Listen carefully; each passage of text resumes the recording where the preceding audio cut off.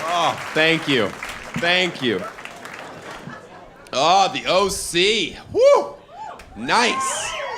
Where everyone's rich and white the way God intended. Oh, feels good. Daniel Tosh, as we're going to see in this video, is the master of subversion. He's the comedian that uses subversion possibly the most of any I've heard.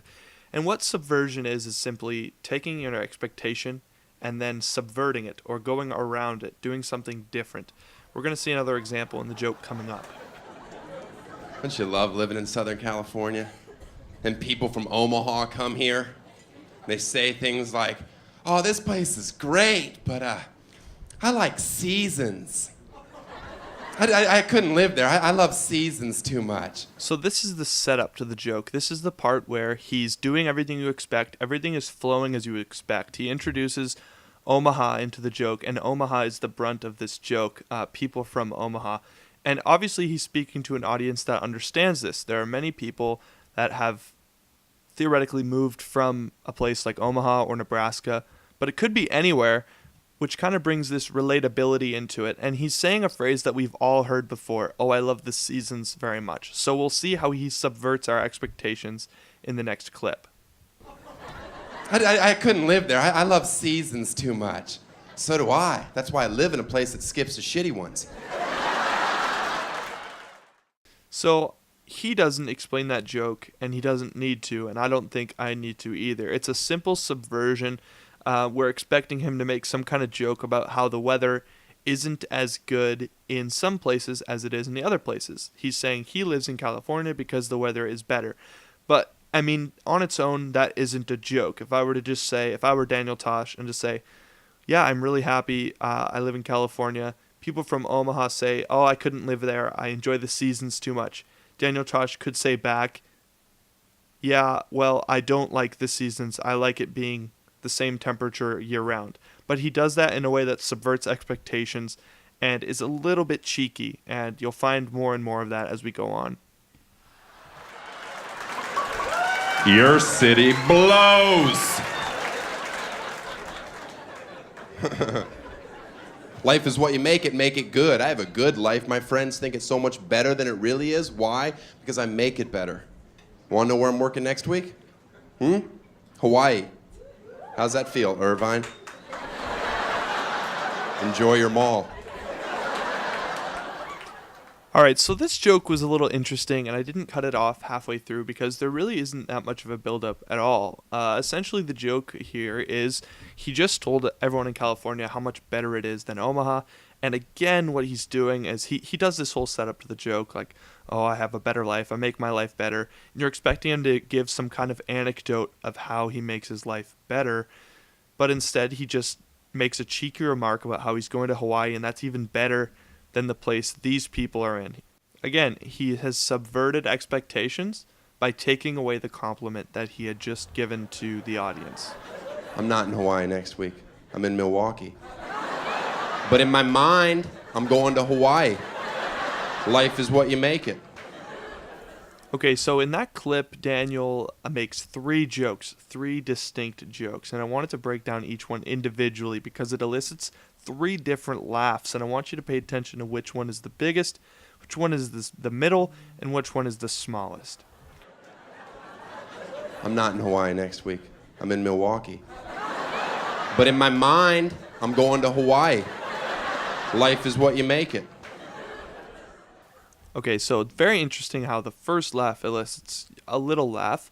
The second joke elicits a slightly larger laugh, and then the third one, when he says, life is what you make it, nobody laughs. And the reason is they've been trained, even just for the last minute and a half of his comedy setup, to laugh only at subverted expectations, things that they don't expect. And this is what you would expect in this context. After he says, I'm not going to Hawaii, I was just messing with you guys, I'm going to Milwaukee. That's when everyone laughs the hardest. And then he says, life's what you make it, no laugh. Anytime you're going someplace in your life that you don't want to go, pretend you're going to Hawaii. It's a lot cheaper. Okay, so this isn't actually a joke. It's just one of those things, it's so absurd that you can't help but laugh a little bit. It's like an anti-joke in a way. An anti-joke is something that's not funny, but it's absurd, so it makes you laugh. So what Daniel does here is he says, whenever you're going somewhere, just say you're going to Hawaii. It's a lot cheaper. And of course, this is true. You don't have to go to Hawaii every time you say it, and you'll save a lot of money. But this is just the setup to the joke. Put on your flowered shirt, run in there, be like, aloha, everybody, I'm here. They're going to think you need a helmet. Who cares?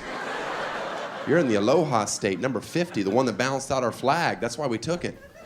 All right, so yet again, we see that the joke in the middle was actually pretty good. He says, you can just say you're going to Hawaii, but I think what he meant in Subversion here is that Daniel Tosh meant just pretend you're going to Hawaii, and then you'll think that you're going to Hawaii, and that will make everything in your life seem like a little bit better. But instead, he takes it a little bit further, and he says, just pretend, literally pretend, you think you're in Hawaii all the time wearing a shirt. People will think that you're some kind of disabled person, but it's worth the joke in his mind. And that's okay. What he does at the end there, it's classic Daniel Tosh like we've seen already. He takes the joke to a point where no one's really listening because he usually doesn't wait for the laughter to cut off.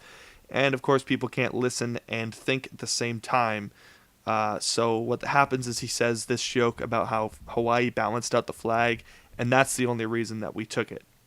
But of course, no one was listening, so it didn't get that big of a laugh. I even took my girlfriend last week to Rome. Yeah, the whole time she's like, this looks like Birmingham, Alabama. Okay, so this joke is actually a continuation of the last one. He tries to set it up like a new kind of scenario. He says, I bring my girlfriend to Rome, and he gets a very small reaction. And then, of course, this is maybe a realistic thing, but it's for a very small portion of the audience that may have been to Rome and will get what he's talking about. Of course, Birmingham, Alabama looks nothing like Rome, but it's one of those things where he is speaking to a small portion of people that might get the inside joke that he's making here. I'm like, shut up, Anna Kournikova. She's like, quit calling me Anna Kournikova. I'm like, no one talks to The Rock like that, bitch.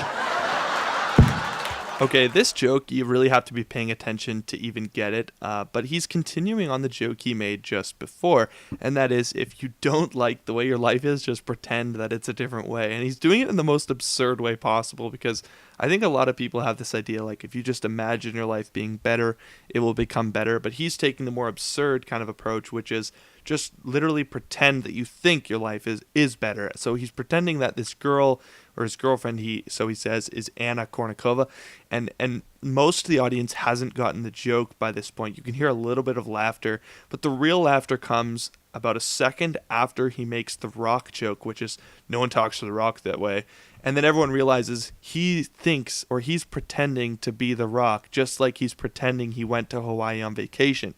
That's what makes this joke so funny, is that, one, it's an inside joke now with the audience. They think they're in on the joke, and it's continued on for so long that they're kind of invested in it. And it's also funny because of its absurdity, and he's subverted your expectations. You're not expecting him to actually think like this. You're expecting him to be a rational human being, a normal human being. And when someone acts in a funny way, it is funny. Which is funny because I don't even have a girlfriend. That was just some lady on the bus. She didn't smell what I was cooking. Now she has a knot on the forehead by the people's elbow. Do you get the joke, Carnegie Hall? All right, so there's a lot to break down here, and I'm going to take one piece at a time. So the first thing is, he says, I don't have a girlfriend. Bam, he has subverted expectations. He's taking full advantage of the fact that people buy into examples that you give, especially as a comedian, and even Daniel Tosh himself, in another stand-up bit, he admits, like, he doesn't put a lot of work into his segues, which is the intro to the joke, like, I was walking down the street, or I was talking to my mom. That's a segue. He doesn't put work into those, but he's able to use the idea that other comedians use segues as a joke itself. So he says, I don't even have a girlfriend. But then he subverts your expectations again when he makes a joke about it being an old lady on a bus. It's not that he doesn't have a girlfriend in Rome. It's not because we assumed the girl didn't exist. It's not that. It's that he pretended a random girl in Rome was his girlfriend, whom actually was grandma. That was just some lady on the bus. She didn't smell what I was cooking. Now she has a knot on the forehead by the people's elbow. Do you get the joke, Carnegie Hall? Okay, the pinnacle of this joke, and again, no one's really paying attention because they're still trying to process what he's saying, but on the recording we have time to break it down. The very end is the pinnacle of this joke. The punchline of this joke is, you get it, Carnegie Hall? Which is basically, he's not performing in Carnegie Hall. That's the joke. This is his Hawaii joke that he's made a few times over now. He's saying, Anna Kournikova is his girlfriend. Carnegie Hall, he's performing to them. That's the joke, is that he's still playing along with this joke. And in the meantime, he's subverting a ton of our expectations. You want to make your life better with zero work on your part? Start lying about everything in your life. There's no reason to ever tell the truth. My friend says, hey, can you pick me up from the airport? I'm like, yeah, I'd love to. I don't show up. I don't give a shit. All right, so again, he's subverted our expectations. So when he says, just start lying, if you want to make your life better, just start lying. This is a common joke among comedians, but what he does better than most comedians is he subverts expectations. He doesn't just do what you expect. He goes above and beyond with his absurdity. So he introduces the joke, and he says, you want to make your life better, start lying. And this is when people would expect something like, tell them you're rich, or pretend that you're rich, start dressing better than the money you make, drive a better car, just start lying, telling people that what isn't the truth. But what he does, and similar to the Hawaii joke, is instead of doing it the way you would expect, he suggests lying in a much more bizarre way, which is lying about everyday things, rather than improving your situation like he suggested, lying about things like picking up your friend from the airport, and it continues on. What's he gonna stop being my friend over that? Then he wasn't a friend to begin with. All right, this is a masterful joke, and it may seem kind of cheap at the onset, but it's not. He really thought of this well. What he's done is he's flipped it on his friend. He makes his friend seem like the bad person, or like the person that has done the wrong thing, because he's offended that he didn't pick him up at the airport. And of course, this is absurd. This is silly. Where were you? I waited 3 hours. You're a fool. Should have got a cab in about 30 minutes. That's what grown-ups do. Thanks for trying to inconvenience my day, though. Okay, this might be hard to tell because Daniel Tosh is so bad at sounding sincere. But what he's actually doing at the very end of that joke, when he's saying, thanks for inconveniencing or trying to inconvenience my day, what he's doing is he's being sarcastic, but he's trying to say it in a nice voice. Because when you say something mean in a nice voice, it's funnier than saying something mean in a mean voice. And that's just subverting expectations, right? We expect mean things to be said with a mean voice. And when we process it in our brain, it comes across as funny. This is one of the things that's humorous, is subversion. And I know we've talked a lot about subversion, but this clip is almost over, so we'll keep going. Couldn't pick you up anyway. Ran into a group of witches. You know how witches are. They're like, let's get to the forest.